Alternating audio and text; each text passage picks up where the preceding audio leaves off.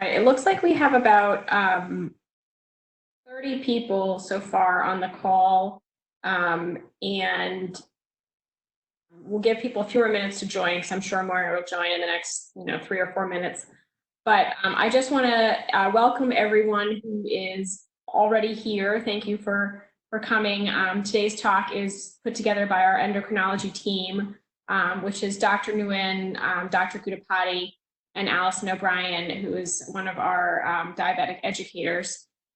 And they're going to talk about some diabetes general concepts. So hopefully it's it's things that you have questions about. And at the end they'll talk for a little bit, and then at the end there will be time for questions. So feel free to submit questions to the Q&A tab, which is the Q&A is private, so only I can see it, and the panelists can see it. The rest of the people on the call cannot see it. If you submit something to the chat, it is available for all other participants to see. So if you don't want to submit something that everyone can read, please send to that QA tab. And then just a couple things: make sure that your computers are muted so that we don't hear background noise. And then just a couple of updates for this week. We have a full panel of webinars planned. So for tomorrow, Dr. Moskowitz is our clinical psychologist. She is going to give a talk on depression, anxiety, and in isolation and COVID, because I know a lot of people are dealing with struggling with that. And then Wednesday, Lori Schell is our nutritionist. She's going to talk about some weight loss techniques through nutrition, and she's also focusing on how to eat well during this isolation period when it's easy to snack and gain some weight. And then Friday is another lecture from one of our nurse practitioners, Kathy Kemper-Deem, is going to talk about starting a home exercise program. So for those of you whose gyms have closed and you're itching to somehow get a little bit of a more rigorous workout than just walking around the neighborhood, she's going to be giving a talk on that. And then just a reminder that these webinars are recorded. We're trying to figure out where to post them. We're having some technical difficulties, but eventually they will be up, hopefully in the next week or so. It might be on YouTube, it might be on our website. We're just trying to figure it out. But just know that, so if you ask a question that has any kind of identifying information and I read it out loud later, that it might get posted somewhere where other people would see it. So let's give people another minute to join or so, and then I'll let the endocrine team take it away.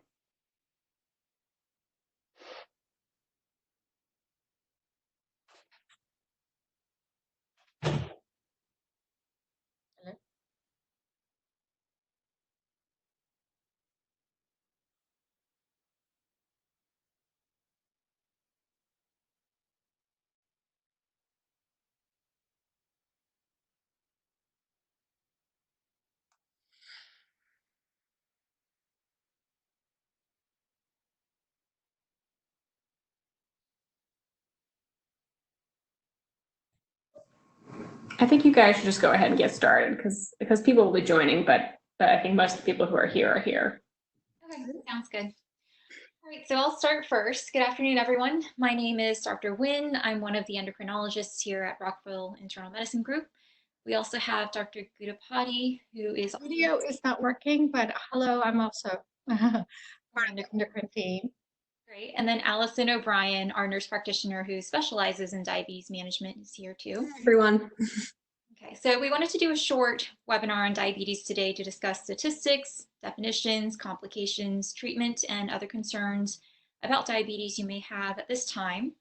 We hope that you walk away with at least one takeaway point for yourself or for someone you love. And let's get started. So this is the outline where, as I said, we'll talk about statistics first. What is diabetes? Symptoms of diabetes? How to diagnose diabetes? Complications? We'll talk about this very important diabetes prevention program that was done a couple of years ago and the importance of diabetes management. Then we'll talk about treatment and some COVID-19 concerns if you have diabetes. So first, I am going to show some basic statistics of diabetes. The next couple of slides are maps from the US, that shows the prevalence of obesity and diabetes. So just to take a look, these slides were obtained from the CDC website. And as you can see, on the left is the prevalence of obesity, on the right is prevalence of diabetes, and the darker the color, the more prevalent. And as you can see, we started off with 1994, but it's going to go up to 2015, and the colors are getting darker.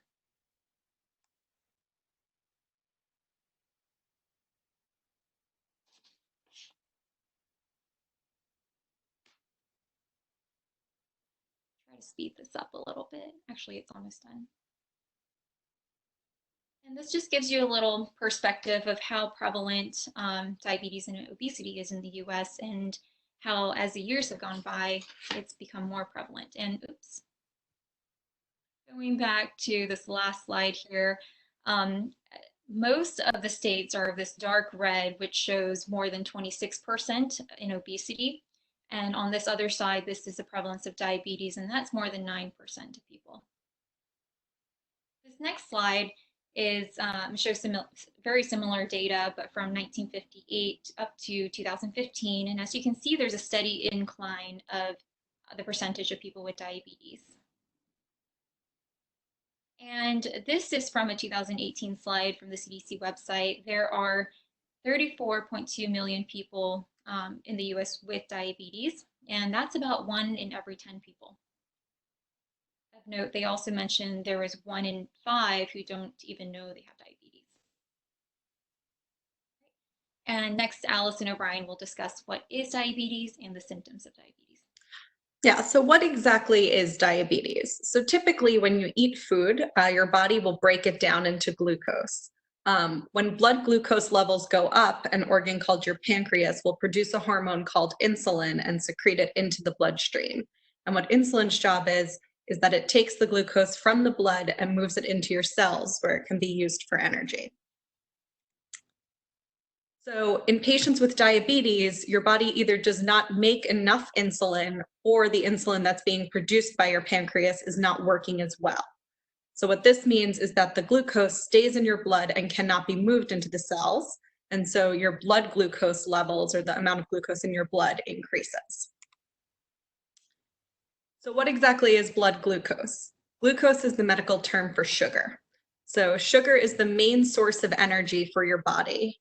The food that you eat is broken down into sugar, which your body can then use, or the cells of your body can then use for energy so that they can function properly. And as I had previously mentioned, insulin is the hormone that's needed to move sugar from your blood into the cell so that it can be used for that energy and you can stay healthy. So in this image, what we see is a comparison of blood sugar levels in patients with or without diabetes. So patients without diabetes are represented by the green line. And as you can see, those kind of half circles show that after you eat, your blood sugar levels rise, but then they come back down in between meals. In patients with diabetes, you still do see that increase and decrease, but your blood sugar level is constantly at a higher level, which can lead to complications down the road. And we'll get more into that a little bit later. So there are 2 different types of diabetes, type 1 and type 2. Type 1 is when you have an inability to produce any insulin. So your pancreas is just not creating insulin, so you can't move that blood sugar from the blood into the cells. Type 2 means that you have a resistance to insulin. So your pancreas is still producing some insulin, but your body no longer is able to use it properly. And again, that can cause higher levels of sugar in the bloodstream. And then as you can see, 90% of people with diabetes have type 2 diabetes. So for the purpose of this presentation, we're really going to be focusing more on type 2 diabetes. Type 1 is kind of a different topic that we can get into at another time. So what are some of the symptoms that people with diabetes experience? So sometimes you'll notice that you're very thirsty, and this is because of the high levels of sugar in the blood. Frequent urination is another symptom. This is your body trying to excrete the excess blood sugar through your urine. Increased hunger. This is because your body is trying to find another source of energy since the food that you're consuming isn't being utilized properly as energy because it's not getting into the cells. Blurred vision, and that's again a result of the high blood sugar levels. And what happens is they can actually damage the vessels in parts of your eye and cause that blurring of your vision. Fatigue and dry skin. Again, those are just from the high blood sugar levels and the lack of usable energy by the cells. And then another one that's seen on this slide is unintentional weight loss. So when your body can't use sugar as a source of energy, it will start breaking down fat stores and muscle, and that's what causes weight loss. But it's not a safe weight loss because, again, your blood sugar levels are going higher, and that can cause a lot of different complications. So what are some of the risk factors for type 2 diabetes? If you have a family history of diabetes, you'd be considered more at risk. If your BMI is greater than 25, which is considered being overweight, that can increase your risk. If you lead an inactive or sedentary lifestyle, so you're not getting enough exercise each day. Having high blood pressure can put you at increased risk. Having high cholesterol or abnormal lipid levels in the blood increases your risk. For women, while you were pregnant, if you had gestational diabetes, that can increase your risk. So that's just basically diabetes from pregnancy. Patients who are over 40 years old are more at risk for type 2 diabetes. And if you have a history of impaired glucose tolerance, which is something called prediabetes, and Dr. Gudipaty will get more into that now. So if you have any of the risk factors that we just reviewed, then your healthcare provider can diagnose the presence of risk factors for at risk for diabetes or prediabetes or diabetes by a simple fasting blood test. And you can have when you go in fasting, we can draw both your fasting blood sugar test as well as A1C drawn at the same time. And as you can see from this chart, normal is an A1C less than 5.7%. Pre-diabetes is a A1C, and I'll tell you what an A1C test in just a second. Pre-diabetes is when the A1C is 5.7 to 6.4%, and then diabetes is an A1C test greater than 6.5. At the same time, we can draw your fasting blood glucose test. That also will give us an indication whether you're at risk for or have diabetes. Normal blood glucose is 99 or below. Pre-diabetes is between 100 to 125. And then if you have a blood sugar that's greater than 126, that's equal to diabetes.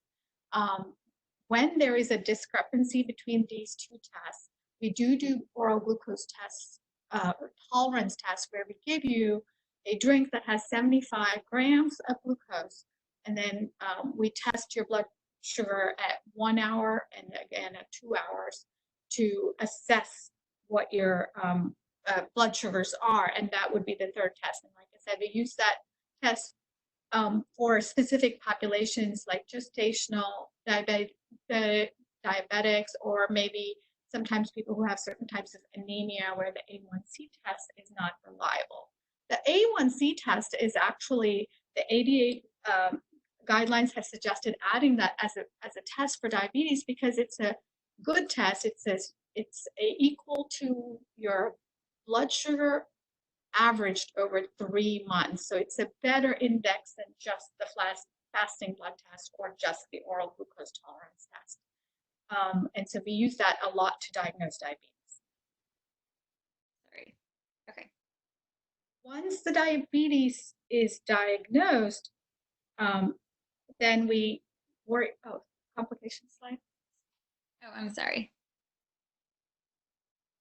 Then we cannot cure diabetes. I wish we had a cure for diabetes, but what we can do is help to manage the diabetes so you don't develop complications from diabetes. And these complications can be macrovascular or large vessel complications like heart disease or your risk for stroke or heart attack, kidney damage, and eventually kidney failure if the kidney damage is not controlled, and increased risk for diabetic foot infections. And this comes from both like the big blood vessel damage as well as small blood vessel damage that can lead to retinopathy or blindness in the eyes, as well as microvessels that damage the kidneys that can eventually become a long-term kidney damage problem, as well as peripheral neuropathy is nerve damage. So those are the typical complications of long-term uncontrolled type 2 diabetes or any type of diabetes.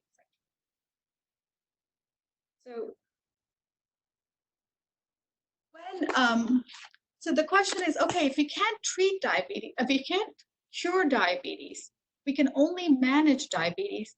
The question becomes, well, I'm at the higher risk group, whether I have a family history or I had gestational diabetes, and I have prediabetes based on my blood test diagnosis. Can you prevent my diabetes from getting worse and becoming true type 2 diabetes? And there was a beautiful study that was done that started in 1996 and went to 2006.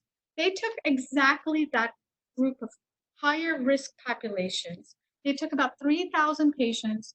55% were Caucasian, 45% were the higher risk groups that we talked about, the Asians and the American Indians and the African Americans, Hispanics.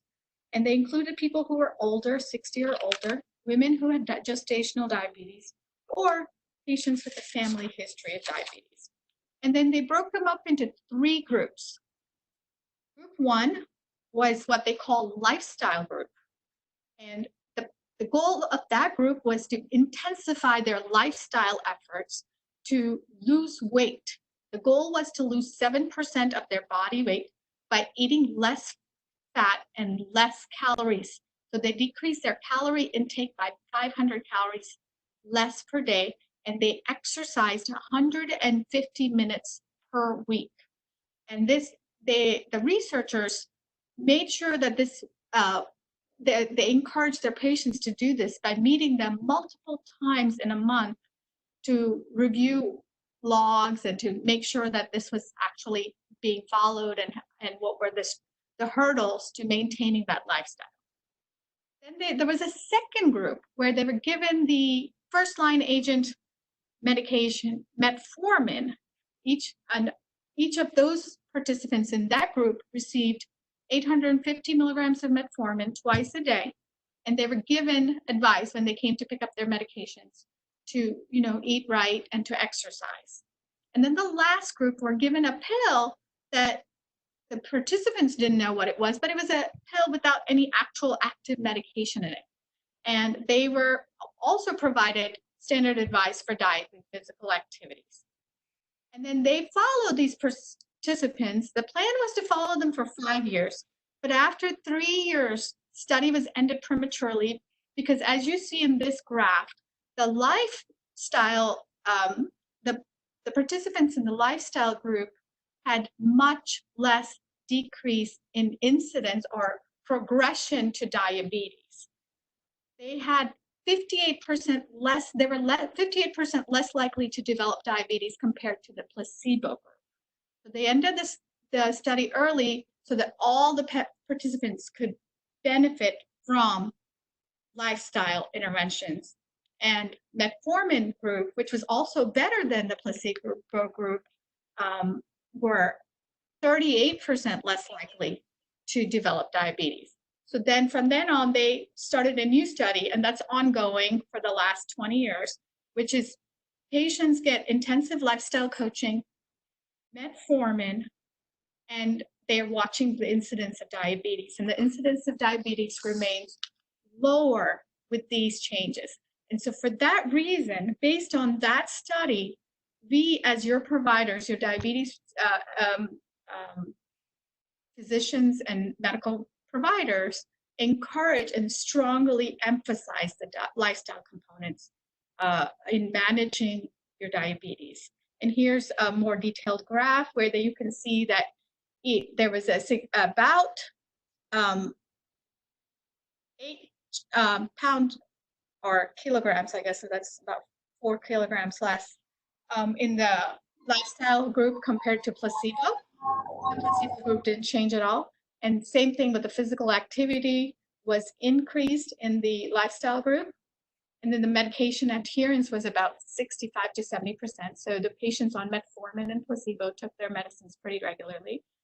And we see that the fasting plasma glucose and the A1C, remember those were the two that we used to diagnose diabetes or prediabetes, were lower and stayed lower throughout the years for metformin and lifestyle groups compared to the placebo. So the take-home point is we want to reduce our calories intake per day to lose about 5 to 10% of our body weight from when we were diagnosed with prediabetes. And we need to start regular to moderate exercise routine for about 30 minutes a day, most days of the week. And then we can intensify that as we, are trained better. And then to continue to eat healthy foods that are lower in starches and processed foods and more in fruits, vegetables, and whole grains. And we'll get into this in the next few slides. Great, that's a good segue to the treatment. So when you think about treatment of diabetes, there are 3 major categories that you have to think about. 1 is physical activity, 2 is nutrition, and then the 3rd one is medications, and we'll go through this individually. Now, as pointed out from the Diabetes Prevention Program, lifestyle modifications are extremely important in the management of diabetes. And so first, we'll talk about physical activity. Weight loss is extremely important so that the insulin can be used better in your body. We call it insulin sensitivity. And this is a very good way of managing the weight loss part of the treatment. Is to set goals for yourself. Research has shown that when you set realistic, challenging goals, you will get better results. And so we came up with, or someone smart came up with these SMART goals as is specific. So say specifically how much you want to lose. M is measurable, so make sure that you can measure your progress. A is attainable, establishing aims. And then R is realistic. So establishing realistic goals is important. We'll talk about it in a minute, but if you're saying that you're planning on losing 20 pounds in a week, that might not be realistic. Time bound, make sure that you keep a time limit for your goal. And what is a safe goal? Generally, we recommend having a goal of 1 to 2 pounds per week. Remember that this is a lifestyle change. It's about changing habits, and this is, this should be a long-term plan and not a short-term plan. And it might take some time. Currently, the American Diabetes Association recommends 150 minutes of moderate exercise per week. So moderate exercise is when your heart is beating a little bit faster. It's a little bit harder to talk, but you're not having chest pain and you're not extremely out of breath. And what I like to recommend for my patients is to do 30 minutes of moderate exercise daily for 5 days a week. If you can't do that, you can at least try to reach this next goal of 10,000 steps per day. A lot of phones they track your steps, and so you can look at it at the end of the day and see if you need to walk around a little bit more. And then they're also recommending resistance training at least 2 times a week. I know that's a little bit hard now that all the gyms are closed, but make sure that once, you can always find ways at home to try to do some resistance training if there are no contraindications. Next is nutrition. Now, we're not going to spend too much time on nutrition since there's going to be a webinar later this week regarding the topic. But when we look at food, we think of macronutrients. So there are carbs, there are proteins, and there are fats. And in general, what we do is promote the healthy plate concept. And when you look at this plate, About half of your plate should be a non-starchy vegetable. And remember, some vegetables can be high in carbs, so that's something to look at. And then a quarter of your plate should contain a lean protein. And then another quarter should be a carb. And here are a couple of nutrition apps that I listed here. I've had a lot of feedback from my patients regarding MyFitnessPal and Carb Manager. There are many, many apps out there, and my suggestion is to try a couple of apps, see if it works for you, and stick with it if you're showing any progress. So again, nutrition discussion scheduled later this week by our own nutritionist, Lori Schell. Now, if you've tried your lifestyle modifications and you've tried exercising and losing weight and tried the nutrition part and still your A1C is above 7, and I would just like to remind everyone that remember an A1C is a measurement of your average glucose over the last 3 months. And our goal A1C for most patients is going to be less than 7. And it really depends on your medical history, but that might change. If your goal is not less than 7 after all the lifestyle modifications, we talk about medications. And the first line medication is this first medication group listed here. Glucophage, you might have heard of, or metformin is the first line. Of course, your medication choices will vary on your medical history. So please make sure that you talk to your physician regarding the right type of medication for you.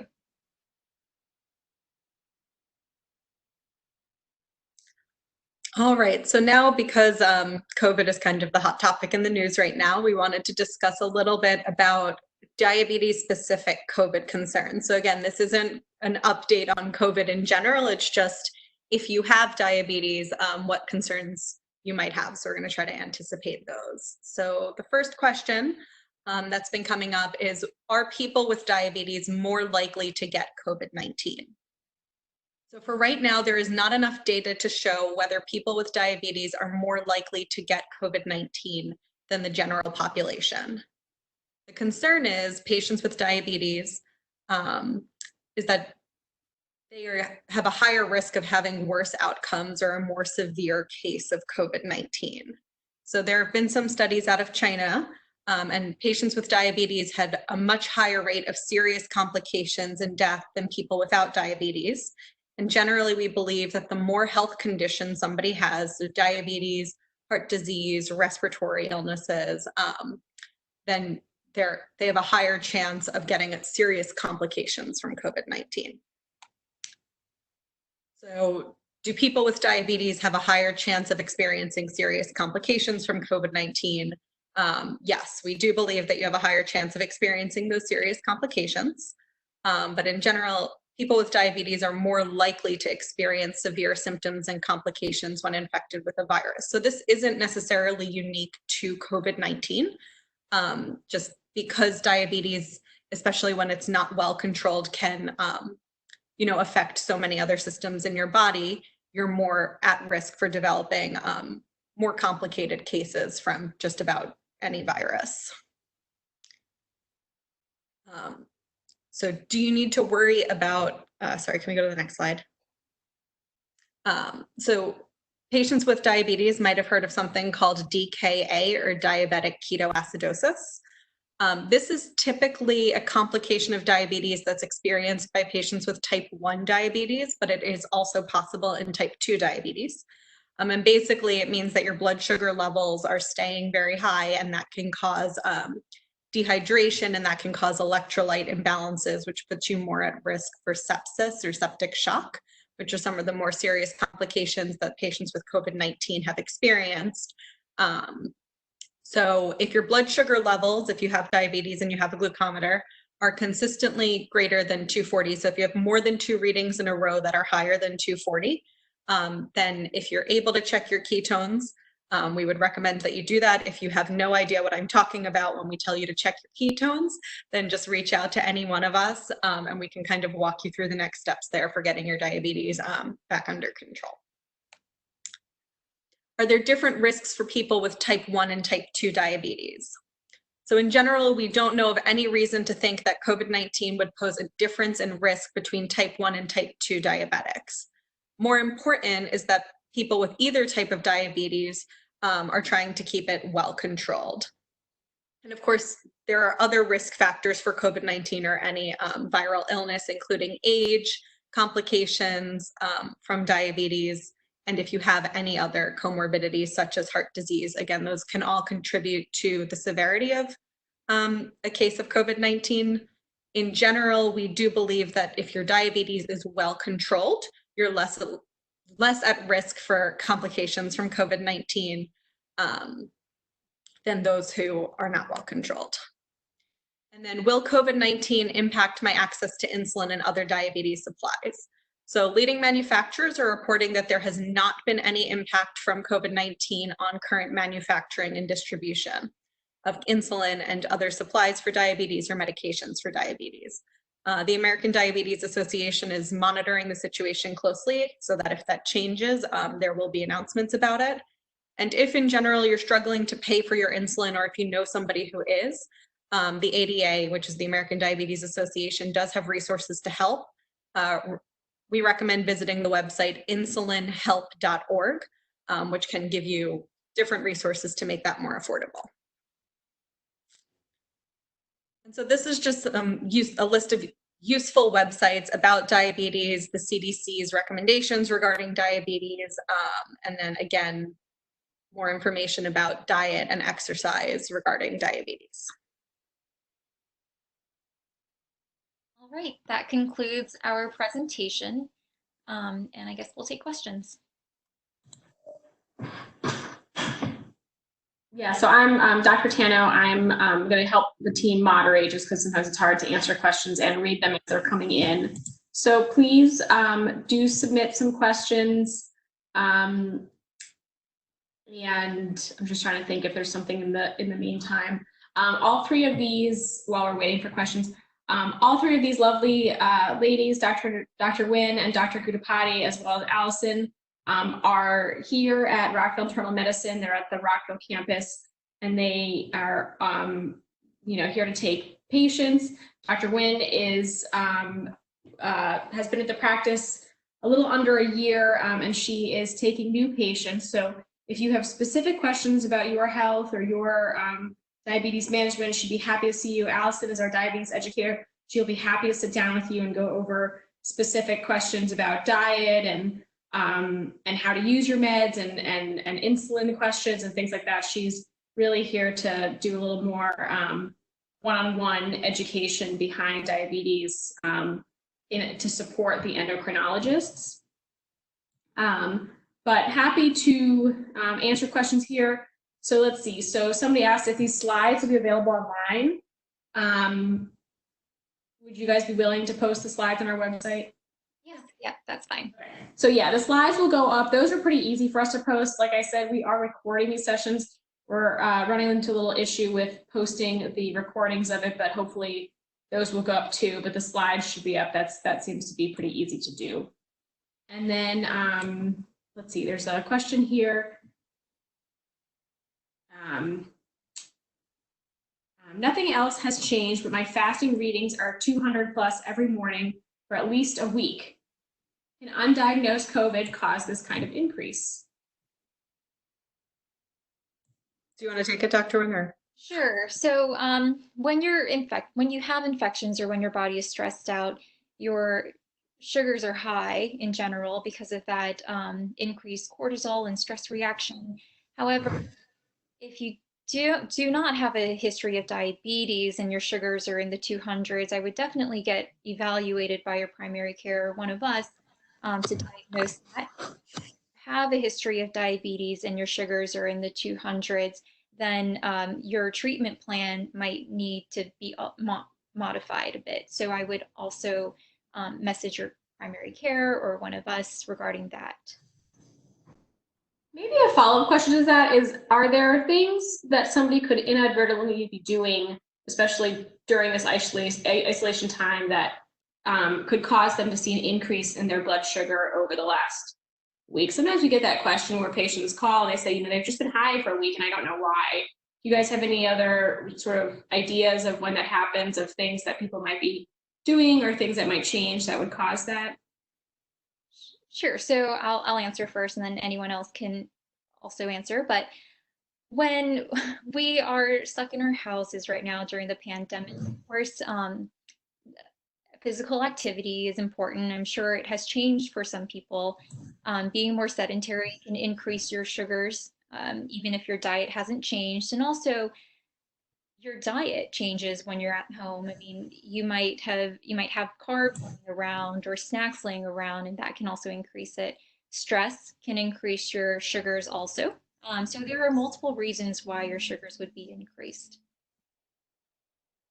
Just to add to that, there might be situations where you are fighting something. It doesn't have to be that you're the asymptomatic carrier of coronavirus, but you could be fighting anything, or just allergies and taking allergy meds, all the stuff that come on seasonally, and they can affect your sugars. So checking fasting sugars and seeing that they're greater than 200, first thing I would do is check to see what they are 2 hours after a meal, to see if it's just your fasting that's changed, or you're consistently high all day long and you only have a single viewpoint from one time in the day.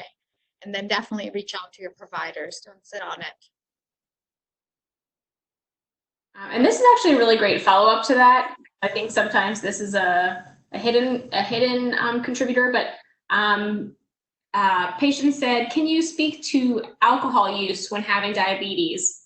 And as a follow-up to that, are there any interactions we need to be aware of with alcohol and diabetic medications? Great question. Yeah.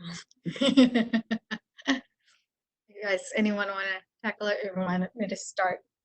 So I usually, when patients ask me about alcohol use, remember, alcohol gets metabolized in the liver, and the liver is responsible for your metabolism.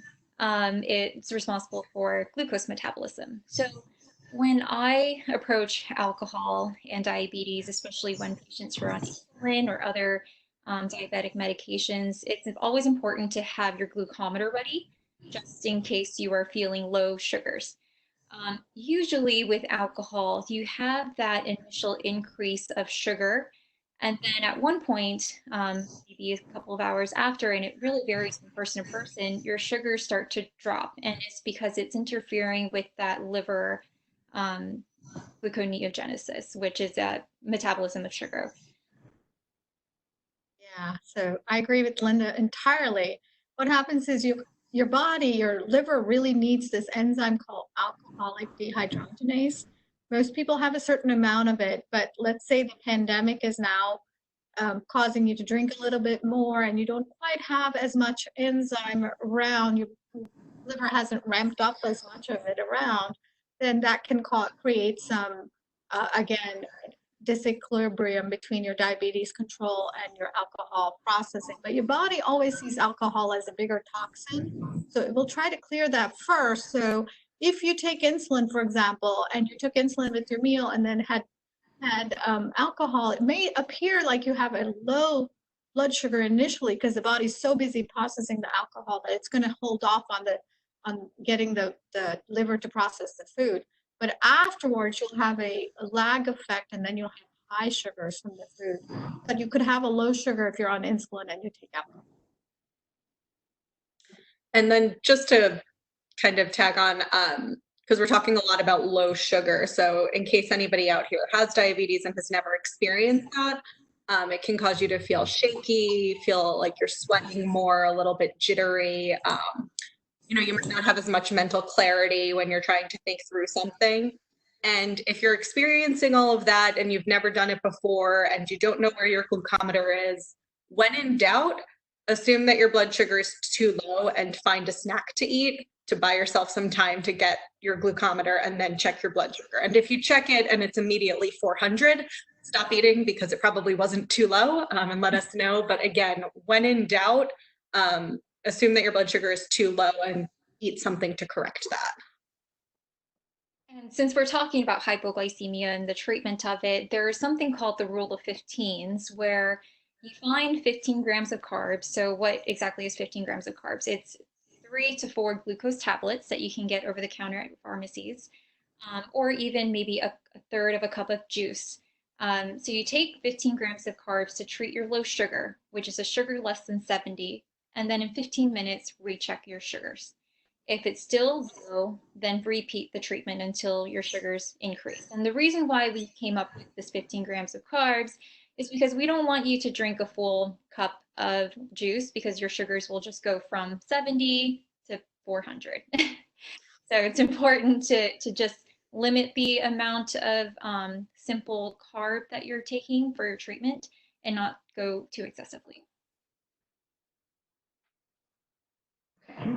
And then I don't think I heard you guys say, but do you want to comment on alcohol with mixers as a source of sugar that you might not think about?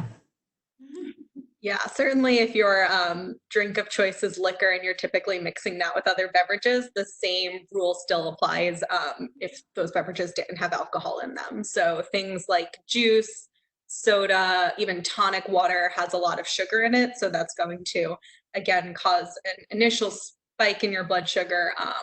But then, of course, the alcohol can have all the effects that Dr. Nguyen and Dr. Gudipaty were talking about. Again, Lori Shell is going to get a lot more into nutrition later this week, but I would say if you have diabetes, juice is not your friend. And then if you are somebody who likes soda, then diet soda is always going to be preferable, but really any soda is not very good for your overall health. So if you can avoid it, that's ideal. And then while you guys are answering this question, there was a comment, if you could just put the list of the websites back on the screen. And let's see, next question. Can stress affect your glucose levels? Yes, definitely. Stress can increase your glucose levels because remember, cortisol is a hormone of stress and cortisol increases your sugars. If you're extremely sensitive, I know in some of my patients with type 1 diabetes who are extremely sensitive to insulin and carbs, I have seen that whenever they're stressed out, like if, for instance, if they're in the middle of a move or if there's something that happened to their life recently, their sugars will go up. And that's the only explanation in some cases. The proportion of it, if your blood sugars are typically between 120s to 160s, and all of a sudden you're seeing 160s to 200s, that could be stress, but it's unlikely that if you're between 120s and 160s, your blood sugars all of a sudden 300s or 350s. It's unlikely just from stress. There is an underlying other factor there.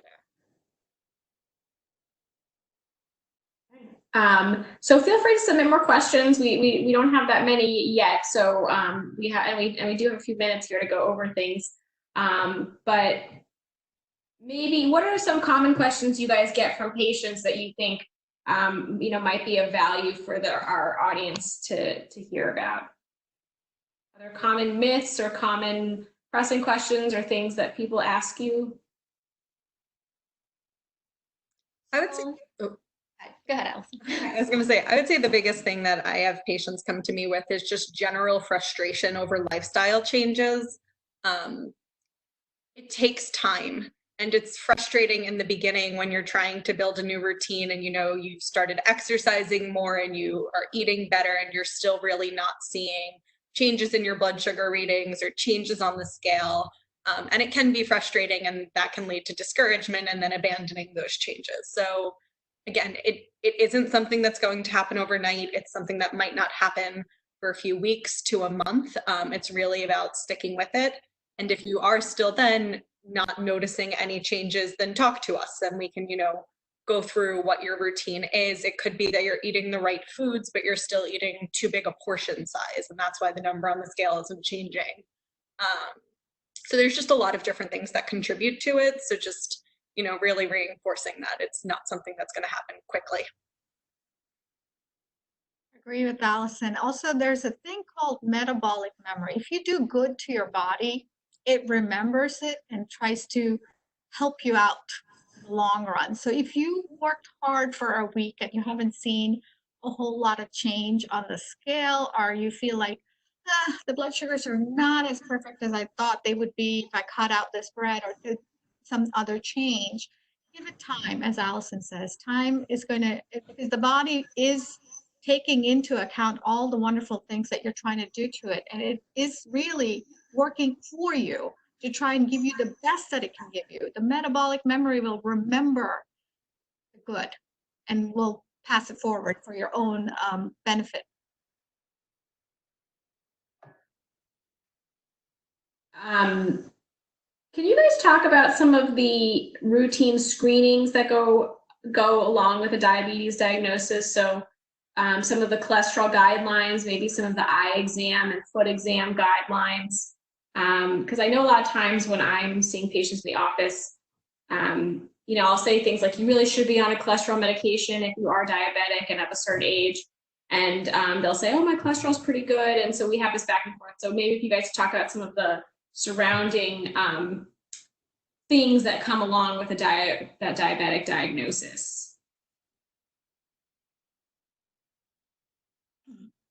Well, in general, there are things that every patient with diabetes should have monitored by their providers, and it's important for every patient to know what these things are. So one is frequent visits. We tend to recommend visits at least every 3 to 4 months in patients with diabetes, just to measure that A1C level and see how you're doing with your lifestyle changes in addition to medications.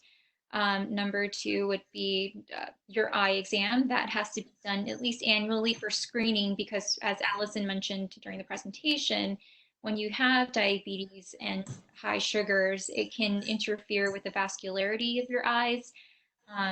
Number 3 is neuropathy. So every patient with diabetes should have a foot exam once a year. And again, high sugar levels in the body can interfere with the vascularity in your peripheral nerves, and that's why people can sometimes get this numbness and tingling in your hands and feet, because those vessels are extremely small. And then other things are lipids, so cholesterol, as Dr. Tano mentioned. Patients with diabetes is considered high risk for heart disease, and patients should be on at least a moderate intensity statin if you have a diagnosis of diabetes, regardless of your LDL level. Of course, you don't have to start this right away if you're not ready for this, but eventually it should be started just because of that higher risk group that you're in. And then the last thing is your urine. Your urine is important because, again, with all the other complications like the eyes, the neuropathy, the heart disease, there's also small vessels in the kidneys that can be damaged if your sugars are too high over time. So at least have a urine sample done once a year, and this is specifically to measure protein in the urine. And then, of course, routine things like your vaccines, measuring your weight, your blood pressure, and I think I've hit everything, but if I forgot anything, please, Allison or Dr. Gudipaty. Yeah, I saw that somebody commented in the chat asking about statins possibly increasing your blood sugar level. So there have been several studies on this, and basically the recommendation at this point is if you already have diabetes, the benefit of the statin decreasing your risk of a heart attack or a stroke outweighs the possible transient increase in your blood sugar level. It's not we call it statistically significant increase in your blood sugar level. So it's not something that is making your sugars go so high that you're then going to develop other complications for diabetes. If you have pre-diabetes and your doctor talks to, or your provider talks to you about going on a statin medication, again, it's not increasing your blood sugar levels enough. So if you have other risk factors for heart disease, like a family history, you're overweight, your cholesterol levels are high, the recommendation is still to take a statin despite the possible increase in your blood sugar level.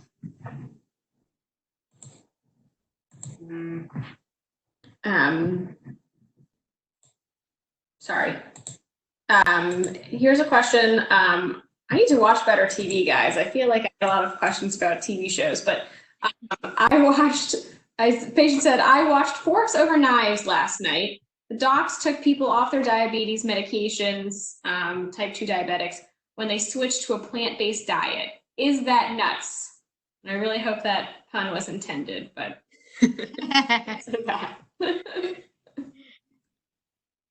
Also, plant-based diets, you know, there's a lot more coming out about it right now. And I think a lot of times patients are consuming less calories, which leads to weight loss, which then can, you know, lead to you coming off of some of your diabetes medication. So no, it's not nuts. I also think it depends on the type of foods that you're eating. So yeah, if you're more plant-based and, you know, really eating a lot of greens, that's great. But if you're not really plant-based and just a vegetarian and loading up on pasta and beans and things like that, then you probably wouldn't notice the same result. So it is possible. I just think it's probably more of a virtue of weight loss from the diet. All right, I think we have another question here, and then maybe we have one time for one more after that. So if you have something to submit, but just as a reminder, all three of these providers are here and available for individual consults. They're doing virtual visits. We're all doing them now. So if you have, you know, a sort of more complicated personal story that you want to talk about with one of them, absolutely go ahead and schedule an appointment. You can do that online, or you can call the office now. But question here, how many times a day should you test your sugar? That's a good question. And it actually varies on what types of medications you're on and your own medical history. But in general, one time a day if you're on orals, oral medications, or if you are not on the medications, I would still suggest at least 2 times a week. And if you are on a medication that can cause you to have low sugars, for instance, insulin or this sulfonylurea, which is a different class of medications that's oral, then I would say more frequently. And it really depends on how many injections of insulin a day. So if you have any questions about your personal medical history, then definitely reach out to us individually. All right, I think that's the end of the questions. There's just a comment here. A patient has said that this session was very useful and commented about how during isolation and financial concerns, you know, she finds herself eating more pasta and inexpensive foods, but that this talk was a great reminder of things to be mindful about that are in my control. So I guess if you guys have any closing thoughts on that comment, otherwise we'll go ahead and let everyone get to their afternoon patients. But just want to thank the panelists for coming out today. Appreciate it. And then again, we're all here and available during this time, even if it's virtually. Thanks for having us. All right. Thank Take you, care, everyone. guys. Thank you. Everyone.